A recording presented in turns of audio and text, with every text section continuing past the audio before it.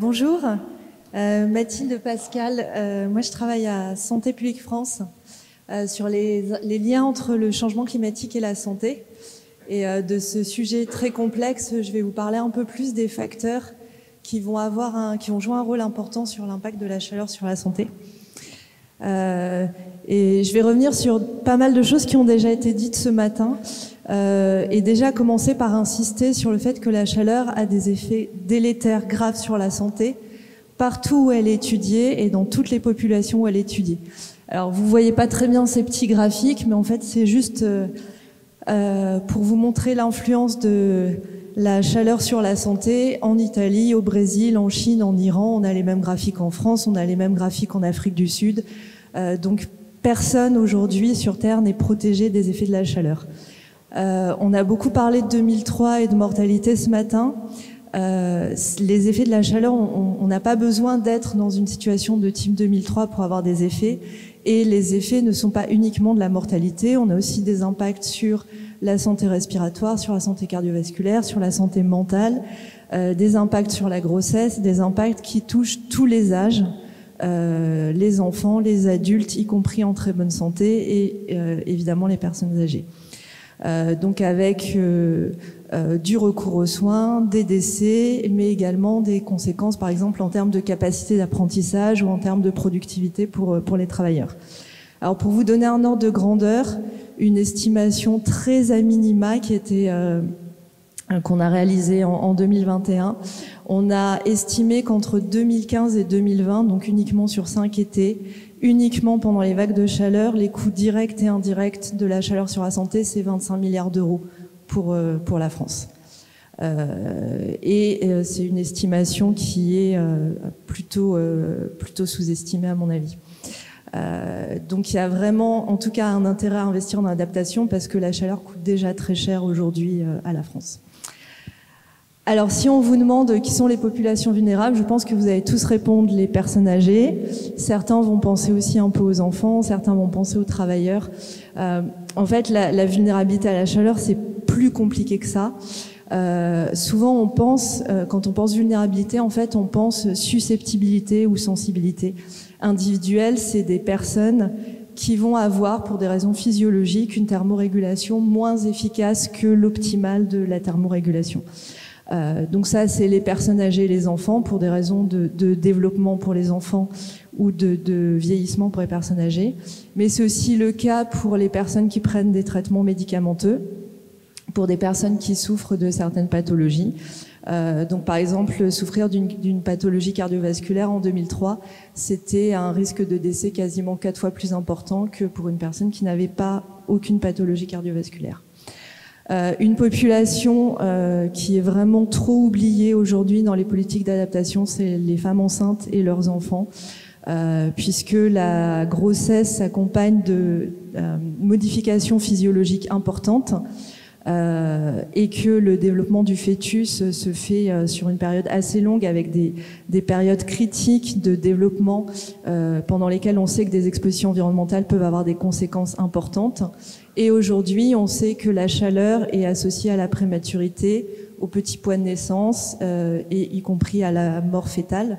D'ailleurs, il y a un témoignage là cette semaine dans le Guardian d'une maman qui a perdu son bébé pendant une vague de chaleur en Afrique. C'est hyper intéressant et hyper émouvant. Je vous conseille vraiment, si vous lisez l'anglais, d'aller lire ça. Mais en tout cas, aujourd'hui, ce matin, une personne disait qu'il y a un impensé sur l'adaptation. C'est vrai, et c'est particulièrement vrai pour la question des femmes enceintes. Après, là, encore une fois, la susceptibilité individuelle, elle se passe au niveau biologique, au niveau physiologique, elle ne suffit pas à faire la vulnérabilité. C'est pas parce qu'on est une personne âgée qu'on est forcément vulnérable, c'est pas parce qu'on est une femme enceinte qu'on est forcément vulnérable. Il faut surtout pas essentialiser la vulnérabilité en la limitant à des facteurs biologiques. Donc la manière dont nous on réfléchit, c'est aussi ce que vous a présenté Erwan, c'est des réflexions qu'on a beaucoup en commun.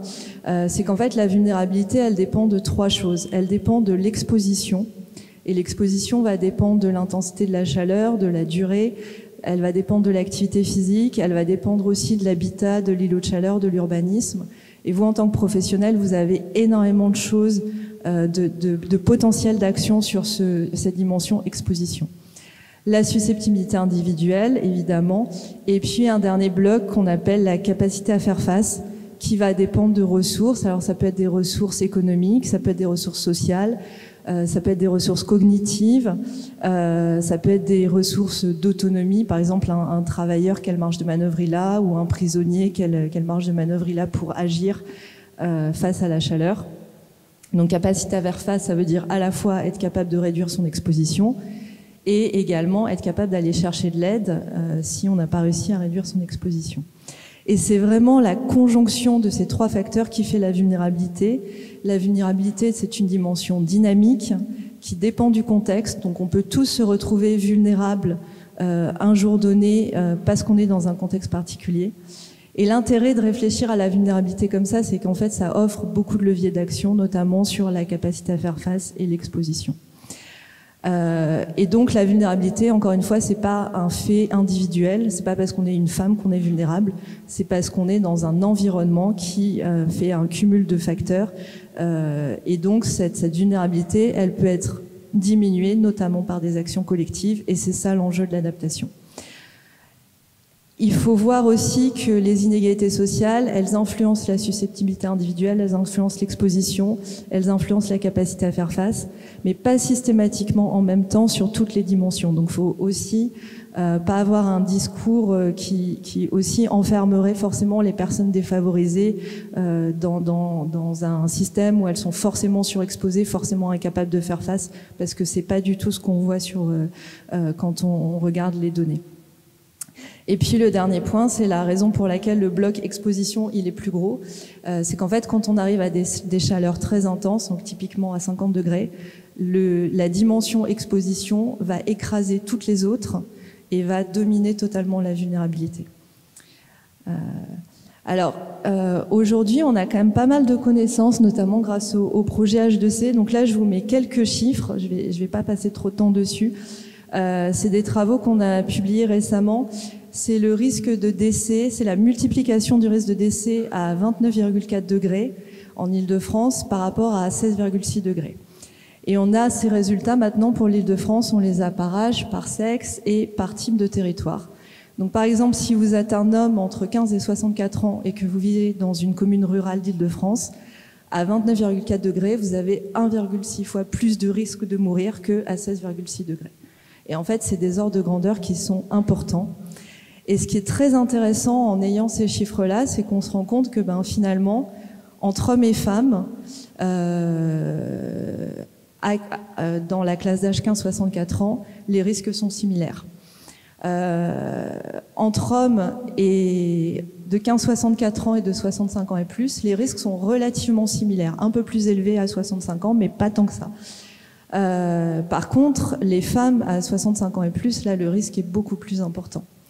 Ce qui est intéressant aussi, c'est qu'en fait, on a beaucoup entendu parler de l'îlot de chaleur urbain ce matin, et en fait, on se rend compte qu'il y a aussi un risque dans les communes rurales, dans les petites villes, dans des zones qui sont pas touchées par l'îlot de chaleur urbain, et que les différences d'ordre de grandeur de risque entre ces zones rurales et l'hypercentre urbain, elles existent. Donc par exemple, elles existent et encore pas tout le temps. Par exemple, une femme de 65 ans et plus, dans une zone rurale, son risque, il est 3,9 fois plus élevé.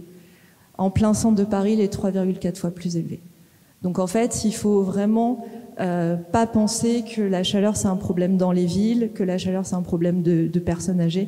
En fait, on voit qu'on a des risques importants pour tout le monde, pour tous les âges et sur tous les territoires.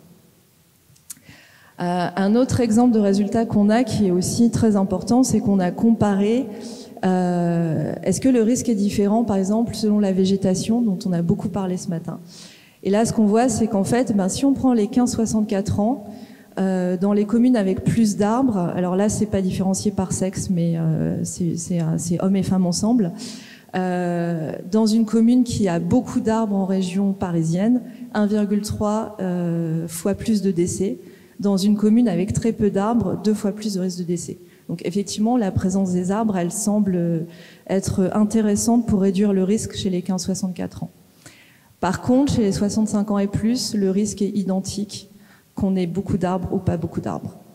Quand on regarde d'autres paramètres qui sont plutôt des paramètres de défaveur sociale, donc par exemple le revenu médian de la commune, chez les 15-64 ans, pas beaucoup de différence entre les niveaux de risque plus ou moins élevés.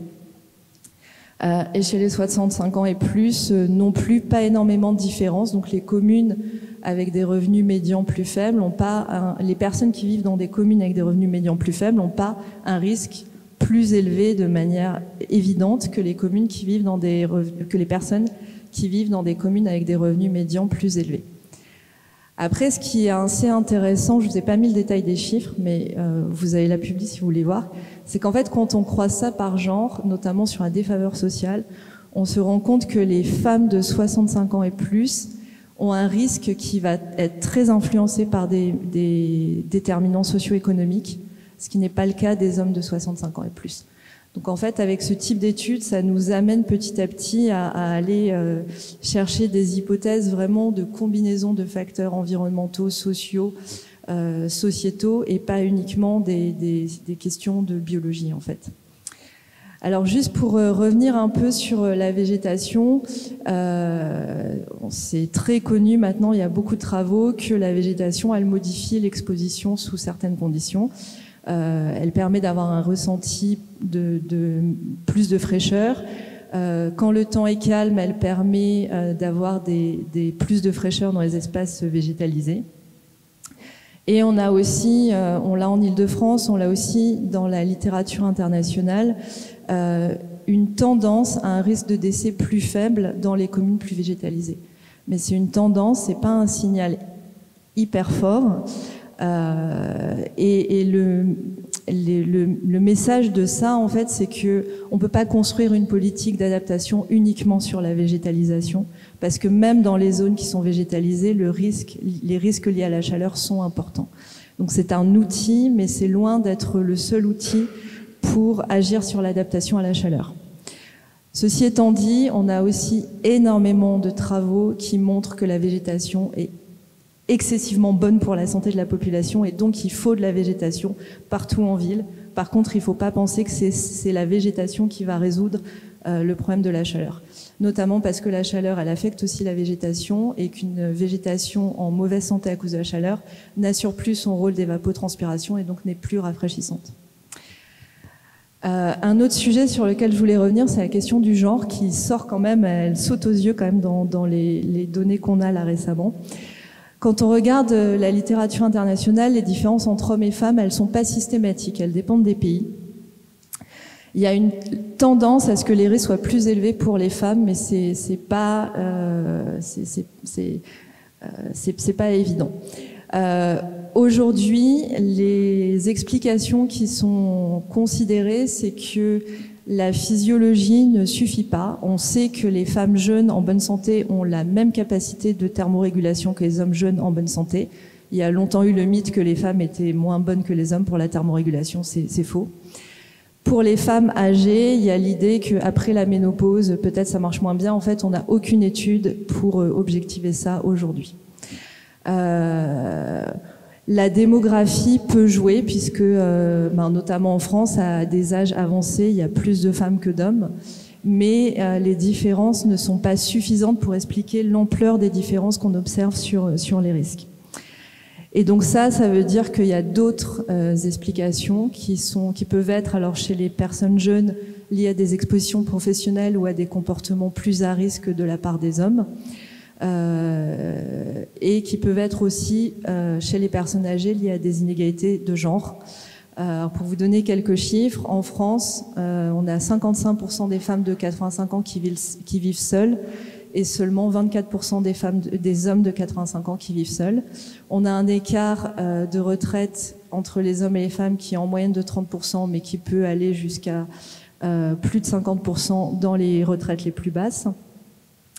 On a aussi, si on va plus loin sur la réflexion sur le genre, on sait qu'un bon moyen de s'acclimater à la chaleur, c'est d'avoir une activité physique régulière quand il fait pas chaud, mais tout au long de l'année. Aujourd'hui, en France, 70% des femmes ont un niveau d'activité physique insuffisant par rapport aux recommandations de l'OMS pour leur santé. Et puis d'autres sujets auxquels on pense moins, mais qui sont évoqués dans la littérature, par exemple dans un contexte professionnel, avec des études qui documentent que les femmes ne s'hydratent pas volontairement parce qu'elles n'ont pas accès à des sanitaires. Et que donc comme elles ne sont pas hydratées, quand il fait très chaud, elles sont très rapidement avec des problèmes de déshydratation. Donc là, on a un peu un mélange de questions sociales, de questions d'aménagement, de questions de l'accès à des infrastructures décentes pour tous. Et tout ça, c'est des choses qui aujourd'hui sont pas assez explorées. Donc tout ça pour dire que finalement, on a beaucoup de leviers pour agir sur l'adaptation à la chaleur. Vraiment sur la réduction de l'exposition, à la fois à l'extérieur, à la fois à l'intérieur, sans oublier le contexte professionnel, sans oublier le contexte médical, les maternités, enfin voilà, il y a vraiment tous les lieux possibles sur lesquels il faut travailler. La capacité à faire face, elle dépend vraiment des infrastructures, des aménagements, elle dépend du lien social. Et plus les environnements seront sains, plus les personnes seront de manière générale en bonne santé. Je veux dire, on sait aujourd'hui que la pollution de l'air, le bruit, c'est associé à des problèmes de santé cardiovasculaire. Les problèmes cardiovasculaires, ça augmente le risque vis-à-vis de la chaleur. Et donc, l'idée, c'est vraiment aujourd'hui pas de se barricader quand on est en vague de chaleur, d'arrêter de vivre pendant 15 jours et puis de penser que ça suffit. L'idée, c'est de vivre avec la chaleur. C'est la nouvelle campagne de Santé Publique France qui s'appelle comme ça. Parce que malheureusement, c'est la réalité aujourd'hui, de vivre avec la chaleur et de construire des environnements qui sont favorables à la santé tout au long de l'année, qui permettent de se protéger face aux événements climatiques extrêmes et qui sont aussi positifs dans une logique d'adaptation.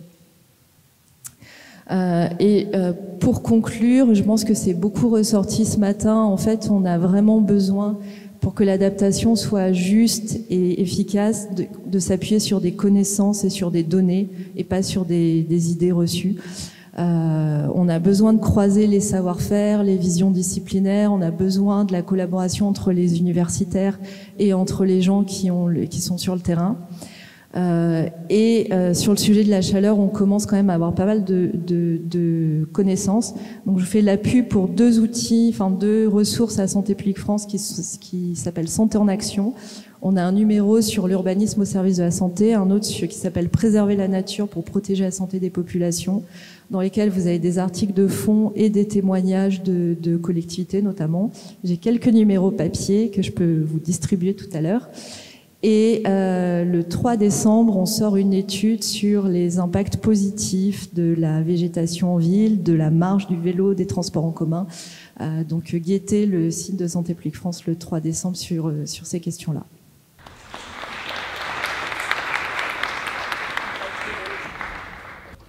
Alors, j'ai pas autant de slides que ça, je suis confuse.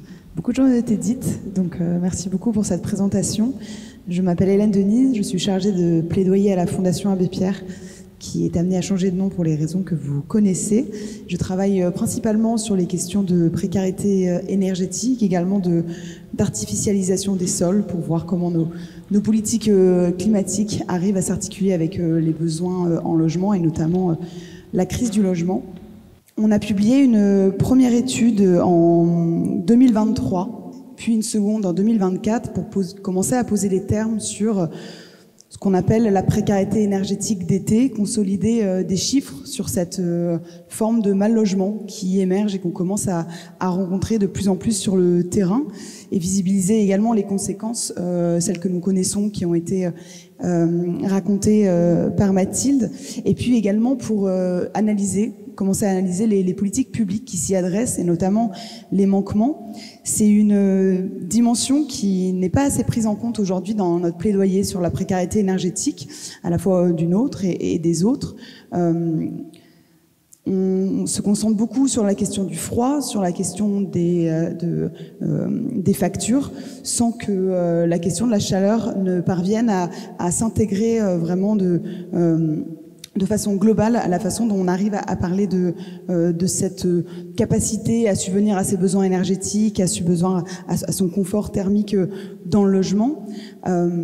Donc l'idée, c'était vraiment d'essayer d'apporter des éléments sur la question. et de déplacer aussi surtout l'attention sur l'euphémisme, selon nous, du confort d'été. Quand on parle de chaleur dans le logement, on parle beaucoup de confort qui, selon nous, invisibilise les conséquences sociales, les conséquences économiques, les conséquences sanitaires aussi, qui ont été expliquées, et on préfère à la Fondation parler d'habitabilité.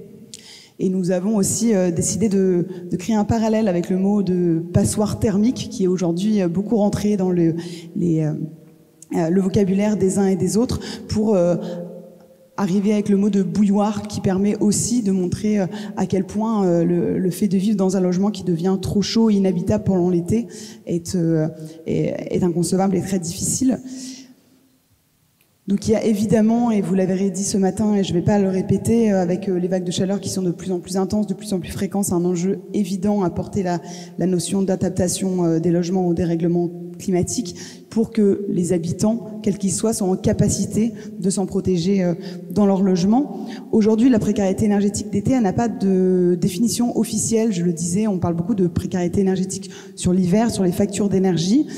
La définition telle qu'elle existe de la précarité énergétique vraiment se concentre sur la question des performances énergétiques du logement, auxquelles ne répond pas évidemment la question de la chaleur.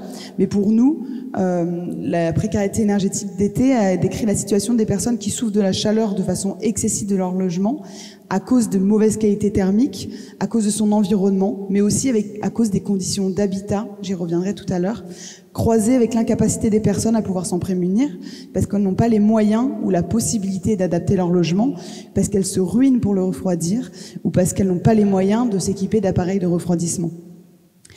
Et donc la multiplication des vagues de chaleur ces dernières années, ça nous a permis aussi de voir une dégradation assez importante des indicateurs. Le médiateur de l'énergie, depuis quelques années, commence à poser la question au-delà de la question du froid, des difficultés à payer les factures d'énergie. Est-ce que vous avez trop chaud dans votre logement? Donc l'année dernière, c'était 55% des Français qui avaient déclaré avoir eu trop chaud dans leur logement, principalement à cause d'une mauvaise isolation, à cause d'une mauvaise ventilation. On peut aussi, grâce à l'enquête nationale logement qui a été mise à jour en 2020, voir que depuis 2013, donc en 10 ans, une augmentation de 26% du nombre de personnes qui déclarent avoir trop chaud dans leur logement. Et l'enquête nationale logement, elle est très riche. Elle nous permet aussi de croiser, de voir quelles sont les conditions d'habitat des personnes qui déclarent justement avoir trop chaud dans leur logement. Et parmi elles, vous l'avez rappelé tout à l'heure, sans surprise, les habitants de logements qui sont mal isolés, sans occultation solaire, privés d'espace extérieur, puisque les appartements sont 3 fois plus... quand on vit dans un appartement, on a 3 fois plus de chances... de chances de dire qu'on est qu'on a trop chaud dans son logement que si on est dans une maison individuelle. Et donc souvent c'est le fait d'avoir un accès à un espace extérieur. Les habitants de quartiers urbanisés également, sujets aux îlots de chaleur urbains, vous l'avez dit, mais également les locataires, puisque 70% des locataires souffrent de la chaleur dans leur logement. 27% souffrent de la chaleur de façon excessive dans leur logement, contre 10% pour les propriétaires. Donc on voit bien que c'est aussi lié aux conditions d'habitat, les locataires qui sont privés de moyens techniques, réglementaires, financiers pour rénover, pour eux-mêmes pouvoir adapter leur logement si celui-ci ne l'est pas. Et puis les ménages qui sont en situation de surpeuplement également sont davantage à déclarer avoir trop chaud de façon excessive dans leur logement. Et donc ces conditions d'habitat-là, d'être locataire, d'être en surpeuplement, de vivre dans des logements qui sont mal isolés, mal ventilés, ça concerne davantage les personnes pauvres, les jeunes, les étudiants, les personnes isolées, les familles monoparentales, et donc aussi davantage les femmes, vous le disiez tout à l'heure, et c'est quelque chose qu'on retrouve dans toutes les dimensions du mal logement. On a des chiffres aussi qui nous montrent que les plus pauvres sont davantage touchés, notamment les habitants des quartiers populaires qui indiquent avoir souffert de la chaleur de façon excessive par rapport aux autres habitants, 59 contre 43%. Ils sont aussi plus souvent à vivre en surpeuplement dans des logements qui sont moins isolés, moins ventilés. 37% des ménages modestes, donc qui ont moins de 1 000 € de revenus nets par unité de consommation, déclarent souffrir de la chaleur dans leur logement, contre 20% contre les ménages plus aisés. Et puis je le disais tout à l'heure, 27% des locataires qui en souffrent excessivement. Donc on voit bien que c'est aussi un phénomène de classe et que les doubles peines subissent, les plus modestes subissent la double peine des conséquences du dérèglement climatique dont ils sont pourtant les moins à contribuer. Évidemment, c'est pas une généralité. mais c'est quand même quelque chose qui est assez fraglant, donc avec des conséquences sanitaires, je ne vais pas y revenir, Mathilde l'a très très bien décrit, mais aussi des conséquences sociales sur la vie de tous les jours, au-delà de l'impact sur la santé, sur la vie sociale, sur la vie familiale, sur le sommeil, sur la vie professionnelle. Nous, on rencontre des gens sur le terrain qui nous racontent, par exemple, un homme qui nous disait la semaine dernière qu'il venait de se séparer et qu'il ne voulait pas demander la garde de son enfant parce que dans son logement, il le sait très bien, il ne pourra pas l'accueillir pendant les mois estivaux et donc qu'il attend un logement social pour pouvoir enfin demander la garde de son enfant. Le fait de devoir se déplacer dans son logement pour dormir sur le carrelage dans l'entrée parce que il y a des pièces qui sont complètement inhabitables. Le fait de devoir aller vivre chez des amis parfois plusieurs mois par an parce qu'il fait trop chaud et on a beau payer son loyer, il n'y a pas d'autre moyen. Et puis des conséquences économiques puisque évidemment quand il fait trop chaud, parfois la solution c'est évidemment d'installer un climatiseur, un ventilateur. Les plus pauvres, on le sait, sont moins équipés que les plus aisés, à peu près 2 fois moins de climatiseurs chez les plus modestes que chez les ménages aisés. Et quand ils le font, c'est souvent avec des appareils mobiles qui sont plus énergivores, donc plus difficiles à utiliser et puis aussi beaucoup plus coûteux. Selon EDF, l'usage de climatiseurs, il peut augmenter les factures d'électricité de 15 à 25% par mois pendant les mois d'été. Donc on voit bien que quand on parle de précarité énergétique d'été, on est aussi sur l'aspect économique. Précarité énergétique d'été aussi, parce que selon une étude Ipsos, 37% des répondants qui souffrent du froid pendant l'hiver, souffrent aussi du chaud. Donc évidemment, quand on est dans un logement mal isolé, l'hiver, il peut aussi devenir une bouilloire pendant l'été. C'est important pour nous un peu comme vous savez, quand on parle de factures d'énergie, de fait que les personnes ont des factures trop importantes, on parle souvent des éco-gestes. C'est souvent la réponse qui est apportée en responsabilisant d'une façon les ménages pour leur situation. Et pour nous, ça invisibilise énormément les phénomènes structurels autour de la précarité énergétique que sont les passoires énergétiques, mais aussi les prix de l'énergie. Et on le voit très bien, effectivement, les éco-gestes peuvent être utiles, mais de façon structurelle, quand on a vraiment des factures très importantes, c'est quand même assez minime. Et sur la question de la chaleur, il y a une petite musique qu'on entend régulièrement qui dirait que si les personnes ont trop chaud chez elles, c'est aussi parce que elles n'appliquent pas correctement les conseils de prévention, qu'elles ne s'hydratent pas suffisamment, ou à qu'elles ont des appareils ménagers qui surchauffent, etc. Et donc, d'un côté, c'est peut-être aussi de leur faute.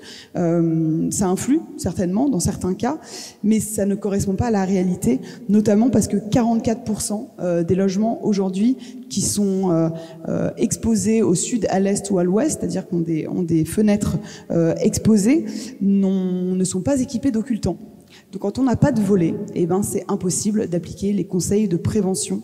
Et tant qu'on n'équipera pas tous nos bâtiments, notamment les logements en location, parce que les locataires n'ont pas toujours la possibilité de les installer eux-mêmes, on n'arrivera pas et je pense qu'on ne sera pas légitime à demander aux gens d'appliquer les conseils de prévention. Il y a aussi quasiment 300 000 logements en France qui font moins de 2,20 mètres sous plafond, donc des logements qui sont très très mal ventilés et qui sont aussi particulièrement chaud, et puis évidemment toujours 4,8 millions de passoires thermiques à rénover qui sont des passoires pendant l'hiver mais qui deviennent aussi des bouilloires pendant l'été. Et donc il y a une vraie urgence à adapter les logements aux vagues de chaleur avec la même ambition, dans le même élan que pour la rénovation énergétique. Or aujourd'hui, nous ce qu'on constate, c'est que c'est toujours, en tout cas au niveau national, le degré zéro de l'action publique qui prévaut, puisque malgré de timides évolutions, nos politiques de rénovation, elles s'intéressent toujours principalement à la décarbonation de nos modes de chauffage, au maintien d'une température minimale dans le logement, et l'adaptation des bouilloires thermiques, elle est insuffisamment intégrée aux dispositifs de rénovation à la fois nationaux et locaux. C'est absent aussi des obligations de rénovation qui vont commencer à arriver et qui vont peser pour les bailleurs, alors qu'on le voit, ce sont principalement les locataires qui sont concernés, qui n'ont pas la possibilité, n'ont pas la capacité de pouvoir adapter leur logement. Et on continue, vous l'avez dit tout à l'heure, à se heurter à des freins réglementaires, des freins patrimoniaux qui empêchent l'installation de protection solaire, l'application de couleurs claires en façade, en toiture. Et puis évidemment les rénovations globales qui sont celles qui traitent à la fois fois l'isolation de l'enveloppe, la ventilation, qui sont les rénovations qui sont efficaces pour l'été comme pour l'hiver, on le sait, sont toujours en nombre insuffisant. En 2023, sur 570 000 rénovations globales, seulement rénovations subventionnées par l'État au total, seulement 70 000 rénovations globales. Depuis 1er janvier 2024, c'est possible maintenant dans les rénovations globales de subventionner des gestes de confort d'été, donc un ventilateur par exemple de plafond ou des occultations solaires. Au premier semestre 2024, seulement 50 rénovations globales ont mobilisé des subventions pour ces gestes-là. Donc on voit bien qu'il y a de la formation, de la sensibilisation à faire.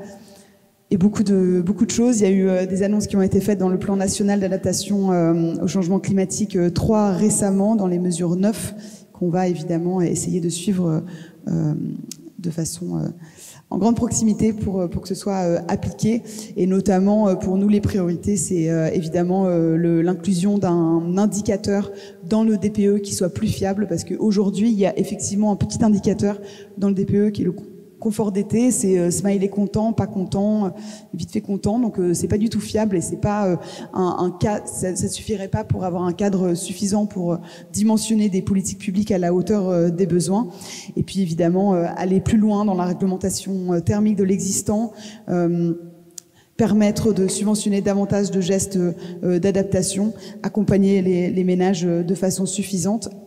Adapter aussi le budget des rénovations, puisqu'on sait que adapter le logement au confort d'été au-delà de la rénovation énergétique, c'est souvent un surcoût d'à peu près 10%. Et puis au niveau des collectivités, puisqu'aujourd'hui on est aussi sur un événement local, de façon globale, c'est peut-être un peu moins le cas à Paris. Les collectivités, elles s'attaquent pas suffisamment, notamment au parc privé. On parle beaucoup de végétalisation, mais finalement il y a très peu de programmes dans des collectivités qui s'attaquent à la question de l'adaptation des logements aux vagues de chaleur. Voilà, merci. Merci beaucoup à toutes les deux pour ces 2 présentations complémentaires et un peu effrayantes peut-être, mais aussi hyper édifiantes. On va passer à un temps d'échange avec la salle. Est-ce que vous avez des questions ? Bonjour. Merci pour ces présentations très intéressantes. J'ai une question pour Mathilde Pascal. Est-ce que Santé publique France, est-ce que vous pouvez peut-être nous dire ce qui est prévu, si quelque chose est prévu pour la formation des médecins à toutes les évolutions de ces pathologies, et si Santé publique France a un programme et lequel ? Alors la formation des médecins, c'est pas l'émission de Santé publique France, donc c'est pas nous qui travaillons là-dessus spécifiquement. Après, je sais qu'il y a vraiment un mouvement maintenant pour essayer d'améliorer la formation des médecins. Nous, à l'agence, nos missions, c'est la santé publique, donc on est plutôt sur la formation de tous les publics qui sont pas des médecins, qui sont pas des professionnels de santé, mais qui peuvent par contre avoir un rôle très important, donc notamment les urbanistes, les architectes, donc sur les médecins, en tout cas, nous, c'est pas notre mission. 2 petites questions. Vous avez parlé du coût de la chaleur de 20-25 milliards. C'est calculé plus ou moins comment? Vous nous l'expliquerez. Et puis, une petite chose, l'on parle de végétalisation, mais il est très important de parler aussi d'arrosage. Le mot, je crois, n'a pas été. L'arbre, pour se protéger, vous savez, il ferme ses stomates. Et dans ces cas-là, lors des canicules, en réalité, il devient un radiateur, parce que les feuilles peuvent être ont un degré de chaleur supérieur à l'air ambiant. Donc, si on les arrose, il n'y a pas de problème. Paris a une chose géniale qui est un second réseau d'eau, mais j'ai malheureusement d'eau non potable. J'ai malheureusement appris à mes détriments qu'en réalité, il ne va être réparé que à 2/3. Et j'ai des bouches qui ne fonctionnent pas. Il faut absolument réparer ce réseau dans l'intégralité. Alors, Haute-Paris n'est pas vraiment d'accord parce que, bref, pour des histoires de coûts. Mais il faut véritablement songer à l'arrosage, sinon végétaliser au moment des canicules, vous avez un radiateur. Je suis désolé d'avoir plombé l'ambiance, mais cela dit, le coût de la santé, de la chaleur. Merci. La végétation, pour qu'elle soit protectrice, il faut qu'elle soit en bonne santé. Et donc, il faut se donner les moyens qu'elle soit en bonne santé. Après, maintenant, moi, je suis pas experte en végétation. Sur les coûts, alors ce qu'on a fait dans cette étude, c'est qu'on a regardé les coûts, ce qu'on appelle les coûts directs et les coûts indirects. Les coûts directs, c'est quand une personne passe aux urgences, combien coûte un passage aux urgences? Quand elle est hospitalisée dans un service, combien coûte une journée d'hospitalisation à la Sécu? L'hospitalisation est suivie d'un arrêt de travail. Combien coûte l'arrêt de travail? Donc là, on a des coûts qu'on appelle directs parce qu'en fait, on peut aller chercher, notamment dans les bases de la Sécu, dans différentes bases de données, des coûts moyens et faire des hypothèses sur des durées moyennes d'hospitalisation, d'arrêt de travail, etc. Une deuxième partie de l'étude, c'est ce qu'on appelle les coûts indirects, ou je devrais plutôt dire, les coûts intangibles. C'est des méthodes que développent les économistes pour chiffrer le coût de la souffrance, le coût de la douleur, le coût le coût d'une vie. Donc ça, c'est des méthodes qui sont économiques, qui sont différentes.